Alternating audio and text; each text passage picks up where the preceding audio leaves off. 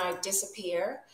Hey everybody, welcome to EDBEAT. I am the master of technology today. I am April Cummings from Cayman Life TV. Joining me, of course, as always, Patrick Brendel from Cayman Current. Morning, Patrick. Morning, April. How are you? I'm good. I don't know why I feel this urge to always reference the time of day, so just ignore that, people, if you're watching this at night. So today we have a guest with us. Once again, this is very exciting. Patrick, let's talk a little bit about the fabulous Kayla Young and why we're talking to her today. Well, big news, April. Big news. And good news. Hi, Kayla. Hi, guys. Yeah, so we have a exciting announcement to make for the Cayman Current. We've just hired our first staff journalist, and that is the lovely lady to the down below me, Kayla Young. And so Kayla's officially starting just about right now, and she's going to be working on a couple of projects for us. The first one is something new for us, and I keep using the word exciting, but it's a little bit more of an ambitious project than we've been doing for the past year. We started in September, and we're just trying to continually ramp up our efforts. So what we brought Kayla on to do is she's going to be working on we hope it'll end up being a mini documentary series, so video about technical vocational education and training, TVET, and then STEM subjects. So I think those combine into something I like to call practical education. And we're going to be exploring a number of questions around TVET and STEM in terms of the available job opportunities, what the economy is going to look like in the future for those kind of careers, what educational and training needs are available on island in those fields, and also taking a look at the question of whether there is some sort of stigma against practical jobs as opposed to more academic careers like accounting and law and journalism. Even though I think people are lumping media and journalism into these STEM fields more and more as we come to increasingly rely on technology. Yeah. And then Kayla also has her own project that she has gotten funding for independently. And so the Current is really involved in that, as we're happy and very grateful to have the opportunity to publish her work, but we're not paying her for it. And Kayla will talk more about this. Yeah, and it's a little, and we've talked about this in a previous episode of EDBEAT, and it's the topic is going to be about the impact of COVID-19 and climate change in the Caribbean region. And this is a collaborative set of projects from a team of Caribbean journalists, including Kayla, and it's funded by another nonprofit journalism entity based in Puerto Rico. So let's chat with Kayla just a little bit. Kayla, many of us recognize your face and your name, but let's talk a little bit about you, just so folks who are maybe trying to connect the dots here and say, man, I know that young lady from somewhere. Tell us a little bit about how you got to Cayman and a little bit about your experience level, because you do look extraordinarily young, but you are quite an accomplished young lady, I must say. Talk a little bit about kind of how you got here. So interestingly enough, Patrick is the one who brought me to Cayman to start with, and now he's, providing another opportunity for me in Cayman. So, big up to Patrick. He has come through for me more than once. And so I first came to Cayman in, I guess, 2016 to interview with the Compass when Patrick was over there. And so I spent most of my time on island working there, reporting on the community, reporting on business and arts, all the different topics that pop up in that daily news grind. And so, working alongside Patrick as the managing editor at that time. And so, yeah, I've been on Cayman for about 5 years now. My background is journalism. I went to the same journalism schools, Patrick, also University of Texas, hook 'em. Yep. I almost know how to do it now. Yeah, Almost. rock on, April. Yeah, rock. Yeah. This is the rock on, and this is the hook 'em. I'm gonna get it eventually. It's important. And this is not right because 2 of my children, were born in Texas in Austin. So you gotta learn, April. Yeah, it's time. Someday. No excuses. A great breeding ground for extraordinary talent. This is what we must say. Yeah, so I've worked in publications in the U.S., Colorado. Spent some time down in Chile covering agriculture. My background, a lot of my reporting background before coming down to Cayman was actually covering agriculture and environment.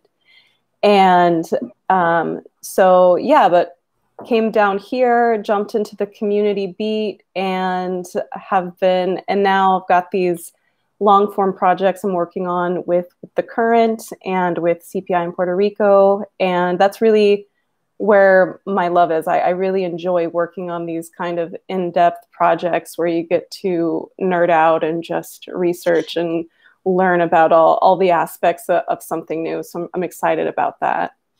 So whereas you have the somewhat superficial individuals as myself who sort of surf across the top of all the things, but frustrated the whole time that there's no depth, it is really great, to see that you're going to be able to kind of dive deep, if you will, into some of these areas and really sort of explore it from different facets. Patrick did give a pretty good overview, I think, of the TVET project.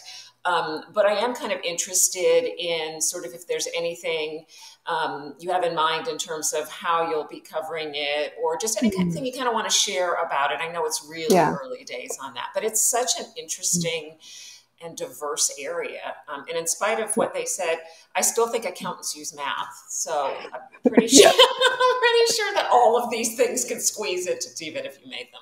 But what do you think about the project ahead, and what kinds of things are you hoping to find out? So yeah, this project is interesting because, I mean, on one side, it's an expansion of the work that Current has been doing in a kind of new way. As Patrick mentioned, we want this to be a video project. We want this to be a visual project. We want you to see this is what vocational training looks like in Cayman. These are the people who are involved making this happen, the workers, the faces of this sector, those really important jobs that are key to Cayman's development. We want to figure out, are our resources in the right place? Are we training people in the right fields, providing them with the skills that we need to actually fulfill this vision for the future of Cayman? Is our workforce being prepared to meet the local needs and the goals of the islands? And one question too, that can certainly be a challenge, right? Because when you have the potential for a global market pool that you're competing against, you really do have to be prepared to compete with global talent. So it does mean more pressure, doesn't it? For your homegrown talent, which is not all bad.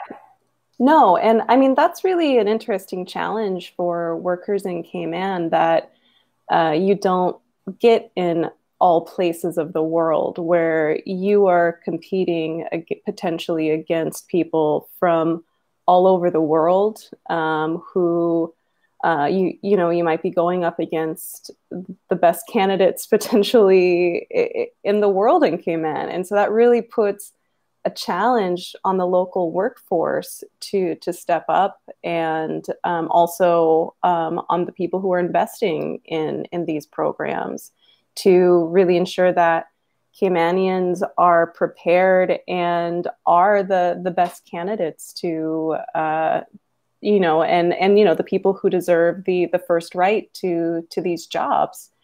And that is a very interesting challenge. So it's important to look at what are our training options here. Are we setting up our population well so that they'll be up for the task? And ensuring that they've got the proper certification, the proper skills to compete in a truly global workforce. And as a journalist, one of the challenges I've seen at times in Cayman, I've seen it in other places too, but with more of a microscope here, is at times when you ask questions about the quality and caliber of a program, it is so personal sometimes. So if I've started something and I've poured my heart and soul into it, do I really want the journalist to come ask me if I'm really doing it the right way? Yeah. There can sometimes be some resistance to that, because what you want to hear is, I'm doing a great job. And so that can be a bit challenging at times, but it is such a critical part of success is to have that examination of, you know, I should actually, as the person who starts a program, be able to share with you, here's where we are, here's what we're doing, here's where we're going next, and be able to incorporate the perspective of the rest of the world into that as part of my growth process. But it's easier said than done sometimes, I'm sure. It is. And I think that's a challenge with journalism in general, is that you're often stepping into another person's space, into this space that they have created, that they've poured all of their love into, and you want them to open up, you want them to trust speaking with you, but you know, your aim is also to be critical and to really evaluate and ask the necessary questions. So that's really a balance with reporting projects, right? Is that I think this is where we really step into the issue of fairness in reporting, that even when the facts are hard to look at, or the analysis is hard or critical, that there's still this sense that the reporting was fair, and that it's honest, that it's factual, that you know, that you're able to back up what you're writing as a journalist with facts. And not everyone likes that all the time, of course. The intention isn't to step on toes, but inevitably that happens from time to time. I do, though, and Patrick, I'm dominating your entire conversation here, but as one does. At the same time, I think it is interesting that the aim of your project is really just to take a look at what's going on and to see what's out there. I love, as you probably would have guessed, the visual element of this, because for me, it can be harder to connect to what's going on if I don't have actual human faces and voices and seeing them doing things. For some reason, the way that I learn and experience things, it doesn't stick as well. I can read it, but that visual component is really helpful for me to process at times what I've read. So I really do commend you guys for doing this, because I think it's a great idea, and it will have value as well as not just in what you learn from the series today, but in terms of the future of the island, for us to look back and see where we were today. You capturing that is going to be really valuable for the country in that fashion. So, I mean, that kudos, or see, I'm not doing horns or oh, that's Aggie. Ah. Oh, no. We don't know what that is, but you leave those Aggies alone. They have a very nice Department of Agriculture thing. They do. Yes. They have great engineering programs. They do. You leave them alone. Let's not give them too much love, though. I know we don't need to feed the fuel on this fire, for No. sure. Yeah, Right, and for me, it's this is a really interesting topic, because for one, there's not a lot of objective information out there about just what the landscape is on TVET and STEM. And on the other hand, it's that the three basic questions we're asking are kind of full of contradictions. So the first one is in terms of, is this where the economic opportunities are? Are these where the jobs are? Are these TVET and STEM jobs available now? And is this where the growth is in the future? And on the one hand, you hear, kind of this chorus that yes, we need construction workers, we need plumbers, we need electricians, we need these hands-on kind of jobs. And you hear, yes, you need to know how to program, and you need science, and we need all these things for these industries of the future. But then on the other hand, you kind of hear this undercurrent, well, some of these jobs may not pay as well as some of these other jobs that you could do. maybe the working conditions aren't as good as something else you can get.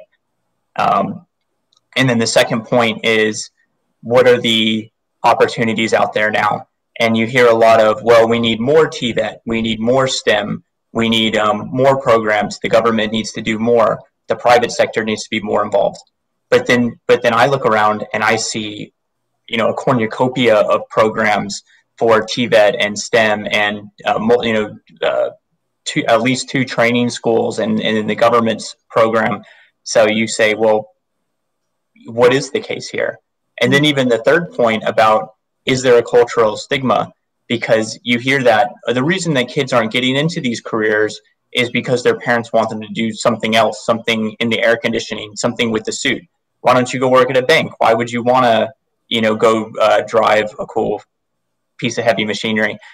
But on the other hand, Cayman has this historical seafaring tradition of people working with their hands and building boats and building the historic buildings downtown and really doing it yourself, and even making rope and building all the condos on 7 Mile Beach in the 70s. So is there a cultural stigma? So Kayla's going to be doing a lot of the reporting right now and talking, but from us, it's really, you know, a tabula rasa in terms of these are kind of the points of discussion, but I honestly don't know if the answer is yes or no to any of these 3 points. And I hope that's what we'll be able to illustrate. That's the best part, Patrick. Yes. That's the best part. It's the discovery. Yeah. Yeah. I mean, you start off with, you know, sort of a hypothesis of what you think is happening. And then you are faced with this task of figuring out, okay, our suspicions about, or what we've observed about this anecdotally, is this true? Is the stigma preventing people from entering these fields? Or is it pay? Or is it lack of opportunity? You know, what might prevent someone from entering one of these vocational fields? But also, are we possibly training too many people? I mean, that's another question to ask. I mean, we have to strike that proper balance. Are we training the right number of people for what the workforce projections are? So, you know, I would love the idea that, for example, our field involves only being inside in the air conditioning all the time. And so if I was told that this was my nice, you know, white collar job, I argue if you'd ever seen me trying to do a live shot 9 months pregnant at 5 p.m. outside the airport in Austin, waiting for some twins to come off the plane that I couldn't actually see, and it's drenched in sweat, carrying equipment around, I argue that, you know, your ideas about what a job is or what a field might look like, it can be challenged in real life. And the assumption that there's only one component of the job is the other thing I find interesting, because you know, some of the most brilliant business minds I've met are in some of these fields, and they did have to work their way up, starting with the, you know, if I'm a plumber, I'm going to get out there and the grease and the chaos and the stuff in order to really understand at my core how it works. But over time, moved up, you know, up the ladder, if you will, and in some cases started their own business and have been quite successful. So that's the other component of this. There's this sort of, it almost is like a box that we're trying to fit people in sometimes when we say something, not recognizing that it's sometimes just the beginning of a journey starts with a single step or a single area of expertise that you can expand into other areas. I digressed, Patrick. I digressed. But I mean, but that's a good point, because we see, I mean, of course, industries evolve. I mean, we look back at Cayman's seafaring history, and there's this sense of, you know, we don't have men going to sea in this generation, but that doesn't mean that opportunities in that sector have disappeared. There's a lot more people who are working in logistics behind the scenes in their air-conditioned office. You know, it's not all the visual part that we see on the street of, you know, people swinging hammers. There's still the need for, the people behind the scenes that might have other kinds of technical skills that make these industries function. I mean, even in construction, in whatever field it might be, there's a wide variety of skill sets. And I mean, that's another important aspect as we're training the workforce is, are people fully aware of the different aspects of these fields, the different ways that they can apply their skills?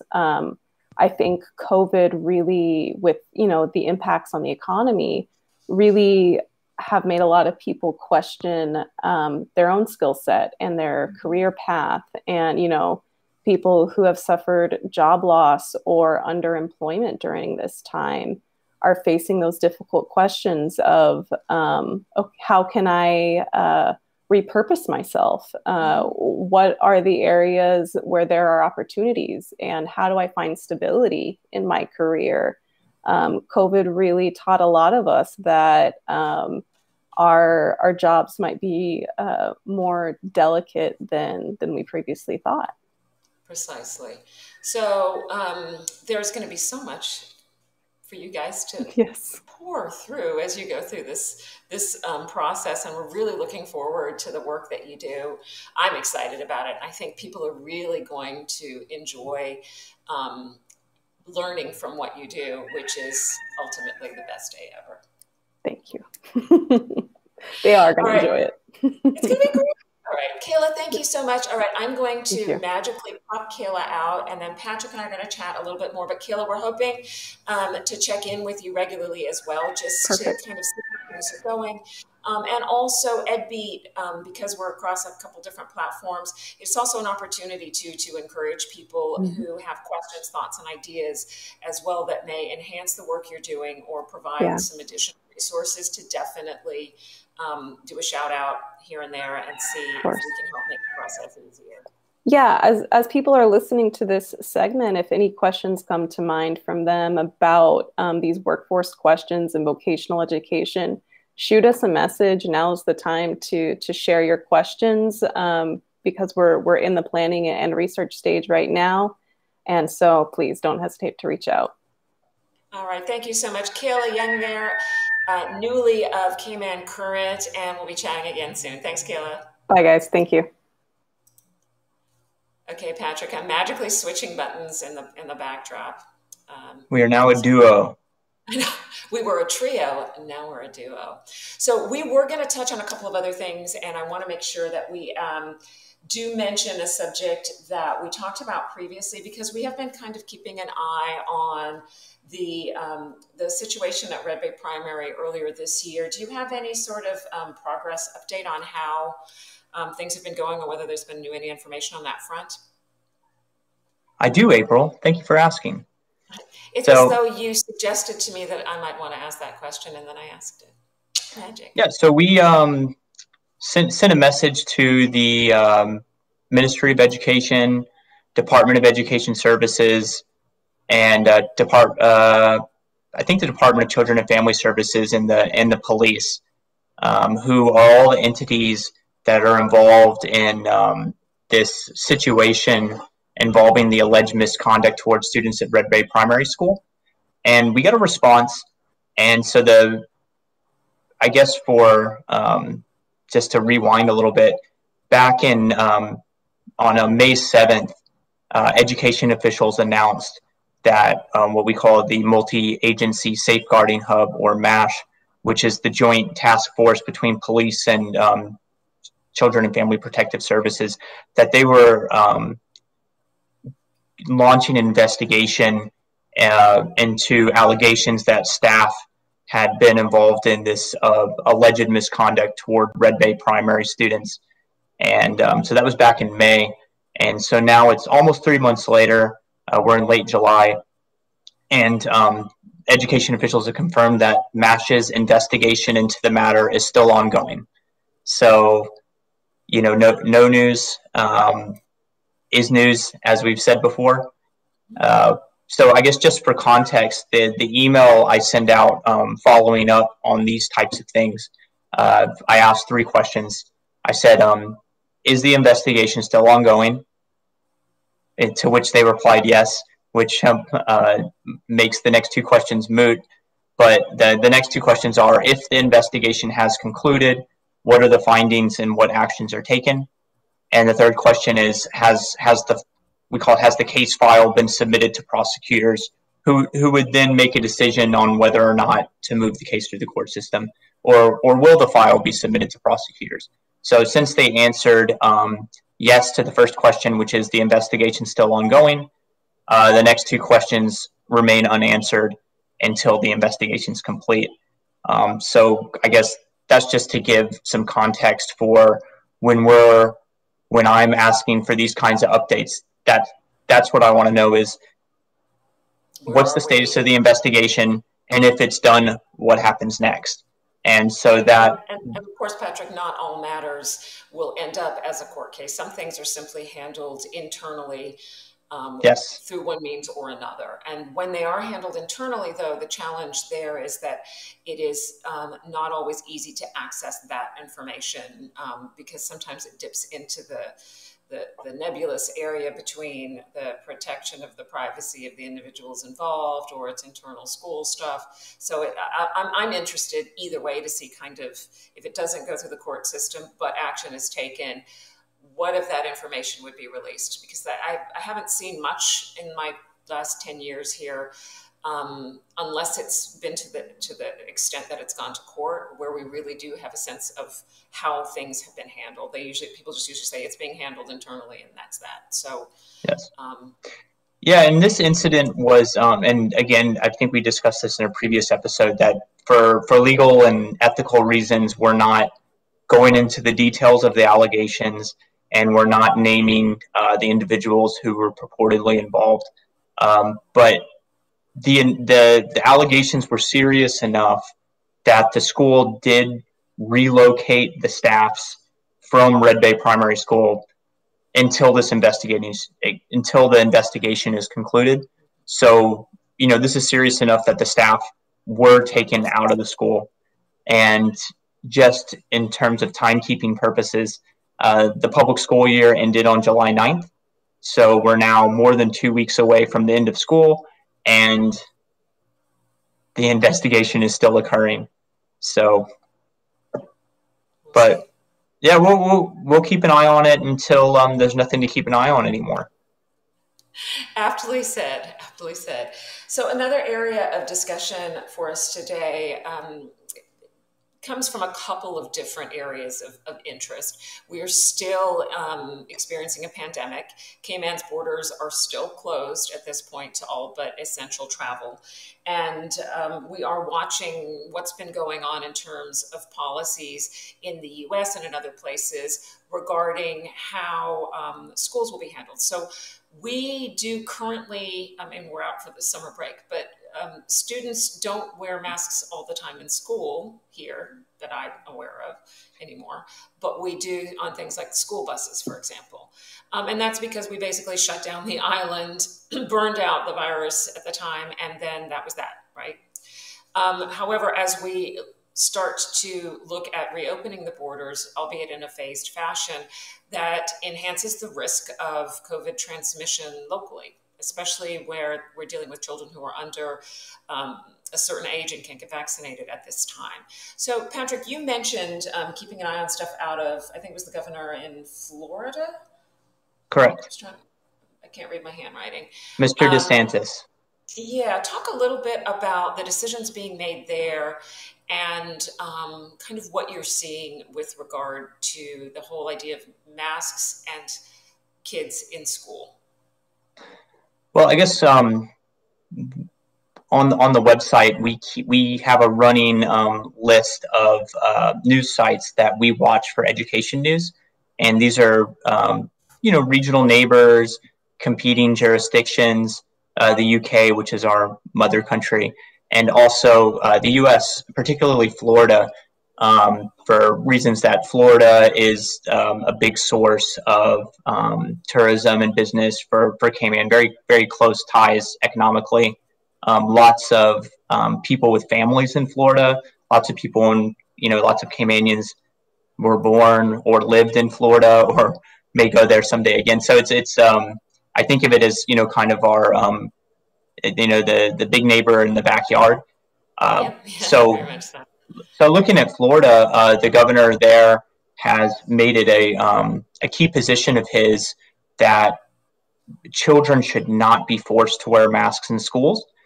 And he even had a panel of experts, as you see the Miami Herald reporting, come on, which were doctors and a psychiatrist. And they said, one guy said, masks are child abuse. You can't make school kids wear masks. It's this bad.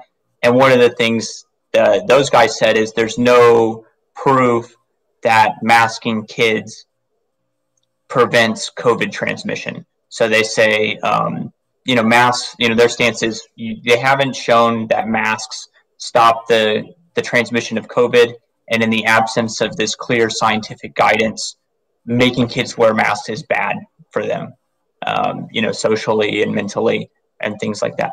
Well, right about the time that Governor DeSantis had this meeting, the U.S. Centers for Disease Control, which, in charge of infectious disease research and guidelines, they came out and said all kids should wear masks when they come back to school in the fall. So exactly the opposite. So that puts the Florida governor right in opposition to the White House, which is not a place that he doesn't want to be. He doesn't mind opposing the Biden White House administration. Unfortunately, and this is the thing that kind of is irritating for some of us. It's like, I get that there's politics, but you're still dealing with matters of public health. So, the clashing, I don't know if this is the best issue to be clashing on, but so be it. And Patrick, I just pulled up, so just Patrick's website, Cayman Current, also, it will link you through to some of these articles so you can get kind of the context of the source from which some of it comes. And right now, you can see Patrick was talking about the research finding that they can prevent COVID-19 transmission in schools. Patrick, one thing you mentioned to me previously was that of all the things they can do in schools, it seems to be that the masks are the most effective tool. Did I understand that correctly? That's correct. And so this study is a collaborative research led by folks at Duke University in North Carolina. So it's not the CDC and it's not the folks from Florida. It's a third group. And they looked at the track record in North Carolina schools and different measures that different schools took. And so they looked at things like social distancing, how many kids per classroom, how are they 6 feet apart or 3 feet apart? How many kids are allowed to sit on a bench on a bus? Is it 1 kid per seat, 2 or 3? They looked at all of these. They looked at quarantining of students. If say a kid in their class or a teacher got COVID, they'd pull the kids out of school and quarantine them to make sure that they weren't infected before putting them back in school, which of course is extremely disruptive to the learning environment. And as you said, what they found out is if all the kids are wearing masks, none of the other stuff made a difference. So if the kids were wearing masks, that was so effective in preventing the COVID transmission that it didn't matter how many kids were in the classroom, how far apart they were, how many kids were on the bus, if they were pulling them out for quarantine or not. The masks kind of addressed the issue right from the beginning. That's so interesting. And the other side of the coin, so if you have a double-sided hammer, I don't know. So one side is the masks, they say, are really important. Kids should be wearing masks when they're in school. The second side is vaccination. And so they say vaccinations prevent it. They keep kids from getting really, really sick with COVID. And if you have the vaccination and you have the mask policy, then in their opinion, it's a safe school environment and you don't have to do virtual learning. You can just go back in person. And this is important as you led into this topic with, because if and when Cayman opens its borders, as long as a significant portion of the population is unvaccinated, and right now kids under 12 can't get the vaccine, it's hard to think of a scenario where the virus doesn't start circulating in the community here. So you start looking at, we have the advantage of looking at a year's worth of experience from all around the world, including North Carolina. And so what might our COVID guidelines look like if and when COVID does become present in Cayman? And what the folks at Duke are saying is, and arguing for, is in normal school environment, in person, everybody as much as possible gets vaccinated, everybody wearing a mask indoors. And so one of the lovely things about being in Cayman for the past X period of time has been the fact that, yeah, I don't love wearing a mask. It's not my favorite thing to do. My grin is my best asset. Let's see, I have one. But in truth, we are going to have to accept that if we start to reopen the borders, even with people, vaccinated, there's things we're just going to have to do until the pandemic, until the virus disappears, if it ever does, or until, the human body adapts in some fashion. Not so much just for the protection of ourselves and our immediate group, but the people around us as well. And so I remember asking this question at one of the press briefings, and I'm not known for my succinct and stellar questions, but I was interested in whether we were at the time looking forward to, and I don't mean that in a positive way, but looking ahead to what needs to be in place as we reopen the borders in terms of retraining ourselves to be more careful once again in our habits. I've heard it a few times, wash your hands, but I don't see the same meticulous behavior that I saw the first couple of months. And so my concern is I've just gotten really comfortable, and I assume I am everyone, and lots of people are too comfortable. And so the process of getting a kid to wear a mask is not something you just do next Tuesday, because they're not always the most fun thing to do. So you kind of have to make it a regular part of your routines and habits. And I guess that's why this particular issue interests me, because I think you would probably want to start working on that earlier rather than later, even though it's, not the most fun thing to do. Although some of them look really cool, I will say. Yeah, and I also think another bit of news that came out of the U.S. is they're expanding clinical trials for vaccinations for kids as young as 5. So if by the time we open, all of a sudden these COVID jabs have been approved for all school children, then we might not have to do the mask thing. Yeah. And it's a fluid situation. And as you said, like at the beginning last March, everybody's spraying their vegetables with soap and water and washing their hands and leaving their shoes outside and letting cardboard sit outside for 2 or 3 days. And then, we kind of find out, oh, well, that's not really how the virus spreads. It's lungs to lungs transmission, right? So a lot has we've learned a lot, and we've adapted a lot, and the guidance has changed a lot since last March, and even more recently in the past couple months with the rise of the more virulent strains of COVID. So the variants like Delta and whatever else they have cooking. So that's a big question mark. Yeah, I'm one of those, it's hard for me to adapt on occasion. And so I keep thinking to myself, it's almost like training. I feel like I want to see some training just in case, so that we're ready either way. And that, how we had the run on toilet paper, and we had the run on masks and on disinfectants. The way for people to avoid that from happening is to think ahead and slowly over time, I guess I'm a bit of a prepper on this one. Not hoard, just, carefully resource over time.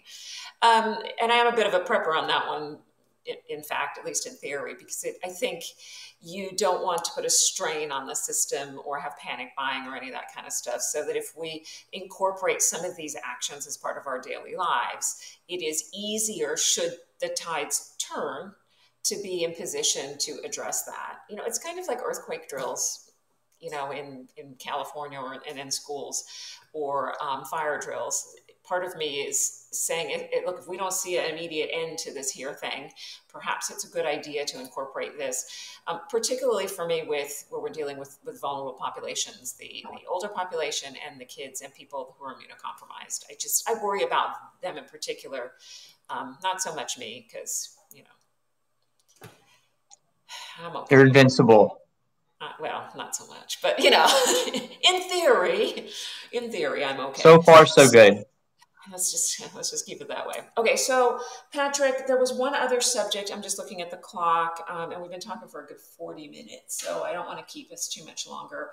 But is there anything else you wanted to make sure we touched on before we go, or should we just tell people, yay, Cayman Current? I guess I'll go back to the TVET and STEM project in terms of where we are and timelines and what people can look out for. We're very grateful for the support. We've gotten a sponsor support who is making the whole project possible. And I'm talking to them and I'm working out, like marketing things and how, how we announce their participation and things like that. And if you have donated to the Current in the past, then I'm about to send out a quarterly transparency report, and I will be able to give more information in the transparency report. So if you donate to the Current between now and when I send the report out, you will get to know who the sponsor is before everybody else does. But we are going to make that available. And we're also speaking to a number of other sponsors who've shown interest in helping funding or helping with the project. So, my hope is that we have a variety of these entities from the community who are showing their support for our work. So that's kind of, while Kayla's doing all the fun journalism work, I'm doing all the not fun, well, it's still fun, kind of business work. So that's where I'm working on. And so right now we're working on kind of a 3-month timeline. I had hoped to have started this at the 1st of July. But, we had some paperwork issues and jumping through administrative hurdles. You are on Cayman time. You're just going to have to, continue to learn to roll with the Cayman time. Yeah. So if anybody wants to be involved on the content side in terms of wants to be interviewed, has suggestions for stories, knows somebody who we should talk to, contact me, contact Kayla.